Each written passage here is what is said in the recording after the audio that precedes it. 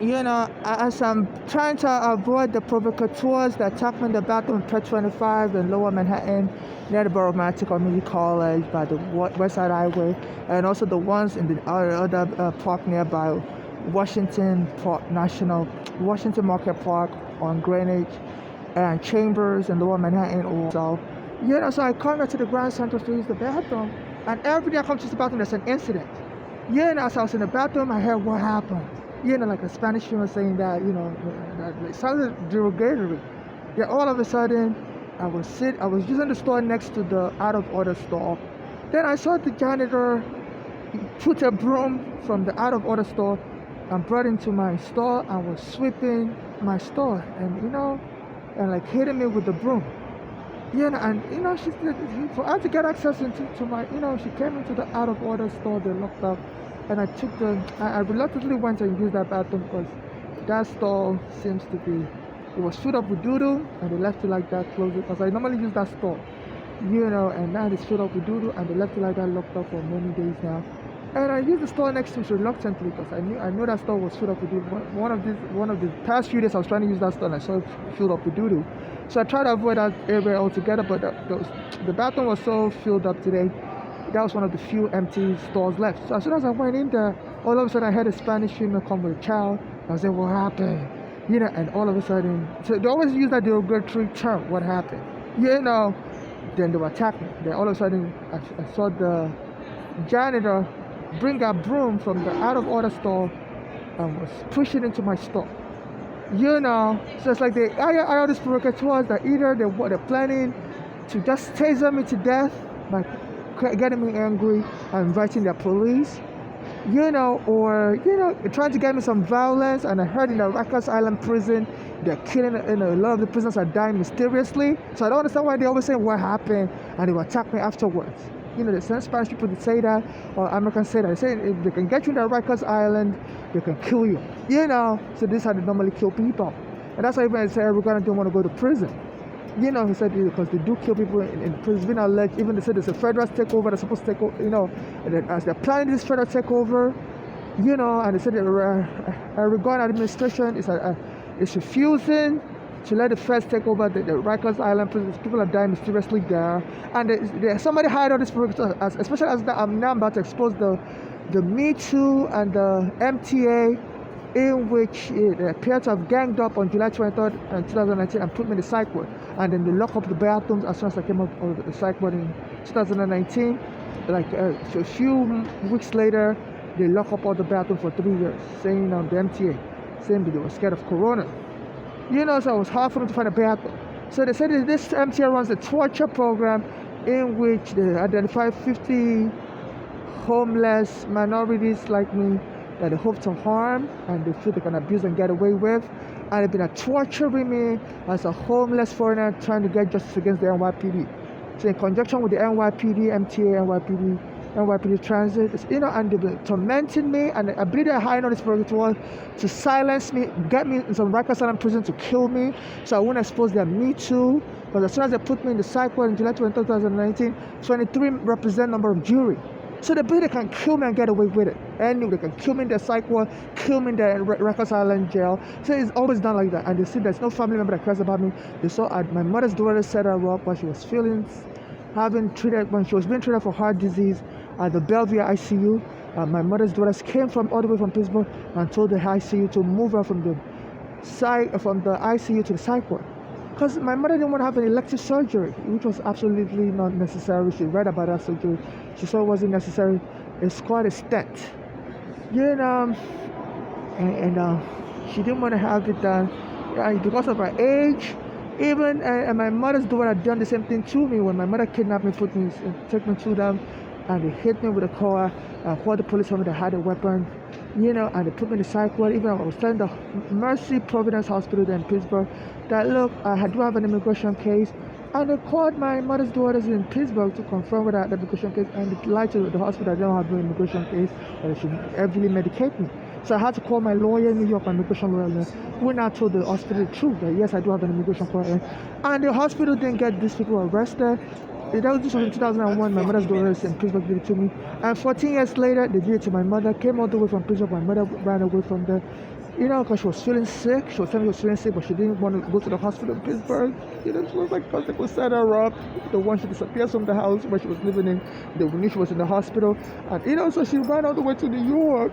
She was like, as a matter of fact, on the Greyhound bus, she was feeling sick. The bus driver wanted to, stop in New Jersey. And because she was so afraid of of her daughters, that New Jersey is too close to Pennsylvania, she told them to keep driving to New York. And when she got here in New York, she hid in the hospital quietly. And she didn't tell them the name of the hospital. When they were calling her, she hid the name of the hospital from them and from me, in case anybody tries to trick me. And my mother said she was surprised how her daughters in America were able to find the name of the hospital. She was trying to escape from them because one of them is married to a military person. And that one sent me a fictitious email and hacked into my email in 2000 and what was this, 2011? Yeah, thereabouts, 2011. Hacked into my email, so they kidnapped me in 2001. My mother's daughter in America, put me in the cycle. 10 years later, 2011, they hacked into my email, and all my work search effort. I was collecting unemployment back then. All my work search effort, they stole it. And then they drop it down with the Department of Labor to audit me, because now I lost all my proof of I was applying online for jobs. Then after they stole all my one of them is married to a military person, Ayinde Cheney, and they hacked into my system. Sent me Ayinde Cheney sent me a fictitious link, and I clicked on it, and they hacked into my system, stole all of my work search email from my Yahoo, so immediately afterwards, the Department of Labor, New York Department of Labor, called me for an audit of my work search, and I didn't have it because it was saved in my email. So it's like they were trying to get me deported. So many attempts now.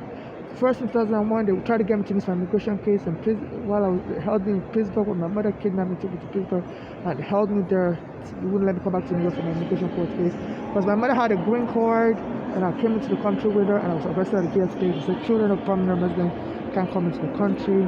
I said it was a case, immigration case, and I had a lawyer, DiPietro, the wife DiPietro, that was, help, that's supposed to help me then, so in 2001, they tried to kidnap me and put me in Pittsburgh so I could miss an immigration case, so I could get deported or something. So it's like human trafficking, abuse. And in 2011, 10 years later, the husband of one of my mother's daughters in America, Ayinde Cheney, sent me a fictitious email. I was communicating with my mother's daughters in America through email. And this guy, the husband, also sent me a fictitious link, and I clicked on it. And all my email was gone. Work searches. I contacted Yahoo to have me contact FBI, but they refused. I guess because the guy's a military guy. And in 2015, my mother, was feeling sick, but she told me specifically they were tapping my phone line, and she told me she didn't want to go to no hospital in Pittsburgh because she was afraid of her daughters. They could manipulate the doctors. So she said, so she was trying to hide it, and she came back to New York when I guess she was feeling more sick. I guess to come to use the hospital in New York. She felt a little safer. And she said on the way to New York, she felt more sick. But she told the driver to keep on driving because she felt sick in New Jersey. But she was scared. She wanted to be away from her daughters. And by the time she got to New York, they put her in the hospital, and she was hiding what hospital she was in from my daughters in America. Because she said her daughters in America were calling Nigeria, speaking with people that don't like my mother there. People my mother had a problem with in Nigeria. She was trying to get the police to arrest them in Nigeria, and those people were trying to get the police to arrest my mother also. And she was like so shocked that her daughters in America would be talking with those people. Like, how could you be calling Nigeria and be speaking with such people? So this is what is going on. So that to believe the MTA from tapping, working with the police department here, and the FBI is tapping my phone, saying I'm really vulnerable. I'm like that person they can abuse and they feel they can get away with. So so they instituted a top 50 torture program. They said the MTA. I guess after my mother was killed, and they said the way our daughters in America were able to go to the hospital in Bellevue, get the hospital forced into the psych ward, because me and my mother had already mentioned to the courts that when the police came to take our home in 2010, September 2010, and they threatened us with arrest if we don't leave or put us in psych ward, my mother began having a heart attack. So we mentioned that to the courts. I believe our daughters in America read that, and they believe they can get her to have another heart attack. by trying to force her into a psych ward. And that was the whole purpose of when they noticed she was in the hospital. My mother told them she was in the hospital, and she didn't tell the name of the hospital. She was shocked how they were able to find out the name of the hospital. Because one of them, their husband worked in the military and was able to hack into my email and get away with it. The Yahoo would help me contact the FBI. So I believe this was going on, and they were able to locate the hospital where my mother was in. And they told my mother said they were acting very provocative, acting like they were homeless, also to give the hospital the wrong impression, like my mother was nothing, her daughter said I'm homeless, she's homeless, and what's up. So they'll come and stay in the hospital all day, and they pretend like they're homeless, and they'll be acting provocative towards my mother. My mother was like really crying in the hospital, they were really harassing her, and they got it was a real,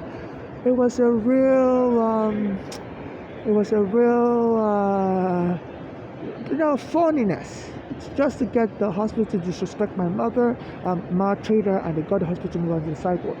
And they said my mother died on the way to the psych ward, Even her, she didn't die right away. She was still trying to move her eyes, and nobody would give her life-saving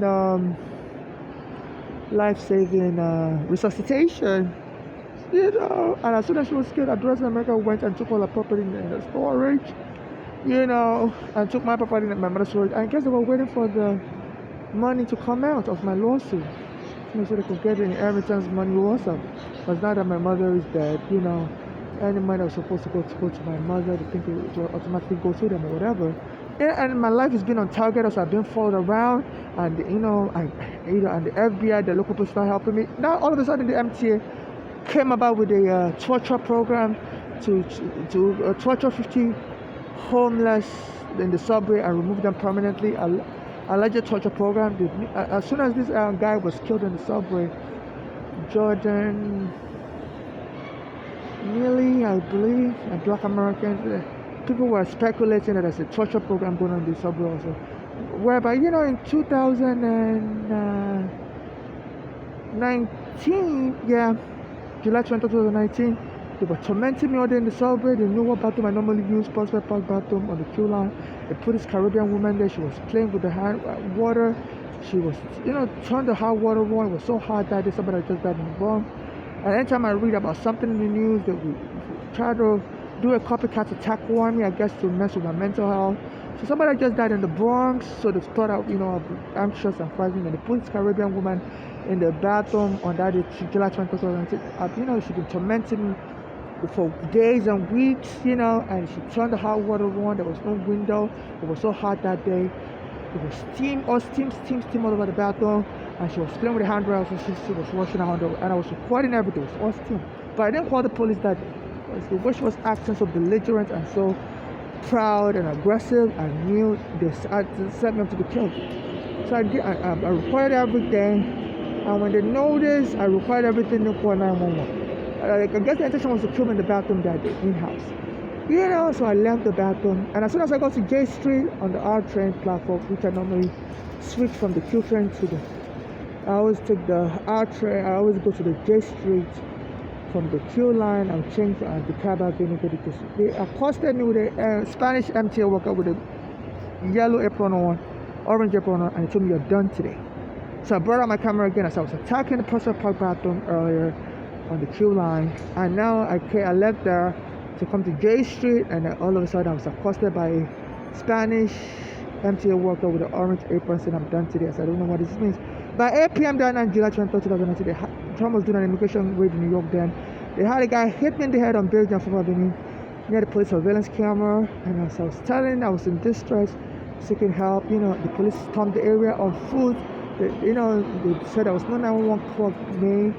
According to my knowledge, they just was storming the area in cars, and they knocked me down, nailed my neck, and dropped me in the sidewalk.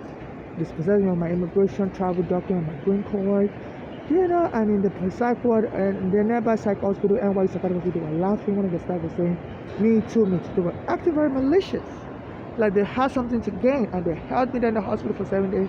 I told them I wanted to go to the court. They delayed my court until I started calling New York Times, and I believe one of the times I was calling the New York Times, they had one of the patients hit me from behind, boom, with a loud bang, and the phone dropped. It hit me. directed them, attacked towards me, attacked at me. And there was a loud bang. Just heard the boom. I was fighting and the phone called on. And I called the New York Times back. It was either the Daily News or the New York Times I called. I left them for I believe it must have been the New York Times. I think you heard the loud bang. That was me getting attacked by the patients here at the New York Psychiatric Hospital. I said I've been here since July 20, 2019. My life is not safe. And I did my court hearing, but they didn't want to release me. They wanted to kill me in the hospital. And there's also countries in the world like Switzerland. If they misdiagnosed me as severely depressed and bipolar, because they knew my daughters in America, my mother's daughters in America, since they killed my mother, they would like to silence me. So they misdiagnosed me as severely depressed. So in case to make it easy for anybody else to kill me on the street or somewhere. I said there are countries in the world where you can kidnap somebody, and allegedly where they allow assisted suicide, and they can just make it like compassionate care or whatever that the person, because when they killed my mother, was my daughters in America were making it like she's been suffering. Her heart is so her heart is so damaged, and it was good that she's dead. That was the impression they were giving me. And my mother wasn't, she was still healthy. And as a matter of fact, she tried to move to Canada, some months earlier to see if she can take advantage of the Canadian health system. Just escape from my daughters in America. She was trying to find a country where she could go to, so they wouldn't use surgery against her lack of doing surgery. And she also believed in faith healing. She put it in her medical record that she believes in God and she's waiting for God to heal her. In the meantime, she was trying to go to Israel, also she put in her court papers already put to go. But she was about to go to Israel to get a surgery done. Because she knew they can still override our faith conviction, and try to force her to do surgery.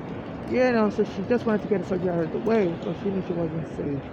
Because anybody can just manipulate our refusal to do surgery and get the hospital to declare her crazy and just still do the surgery regardless. So she just wanted to, just get that out of the way. And she moved to Canada. She got a job there.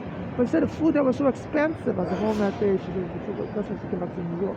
But mainly she went to Canada because she was trying to work there and to use their medical facilities to escape her daughters in America manipulation. So this was going on.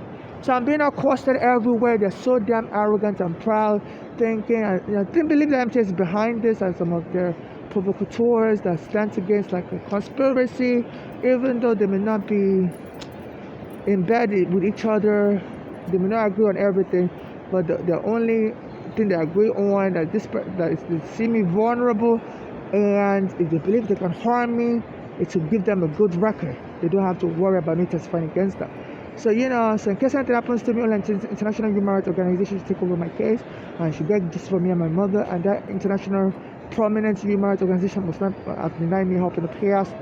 And also, none of my family or friends or whoever should get access to my body, whether I'm alive or dead, or be near me. And I'm not saving in the country, except the United States. And also, if I'm killed, nobody should have access to my body parts for procreation. I don't have any children. And also, after the international organization gets justice for me and my mother, any remaining assets should be used to help those that suffer xenophobia like me, provided the recipient of my charity haven't done it for the past. And if I'm killed, I should be cremated. And I shouldn't, nobody, and nobody should be allowed to come near me, whether I'm your friend. I serve an international human rights organization assisting me with justice for me and my mother. In case I'm unable to carry on with my justice need and pursuit, due to any problems with my health, because they're targeting me. And I heard if they can put you in the Rikers Island, they can just kill you. There's a federal monitor trying to take over Rikers Island, and for some reason this mayor is resistant. And under this administration, I can't get shelter. It's like I'm being set up as an African. The Africans and Black Americans is that problem. Black Americans, some of them accuse Africans of sending them to slavery. So right now, I'm just in a crossfire, in a quagmire. where I can't get help from nowhere. Lawyers here in America wouldn't help me, touch me with the long pole. Me and my mother also we couldn't get no assistance. We was trying to get assistance, legal assistance on the immigration case, and for the police brutality case when they evicted us in September 2010, and sexually harassed me, and my mother was witness to that. It's just what I'm doing. So I'm running hard to start the time to find a bathroom to use, and I'm just laying siege, waiting for me to show up. Like in Gaza Central, they attacked me in the bathroom. My life is not safe. They can move me to the Rikers Island from anywhere, and they say that's where they kill people, or they kill you in the hospital. So either way, I believe it's what they're banking on wine. So my life is not safe, and every one of them has to get arrested. Any one of these suspicious elements, and be fully prosecuted.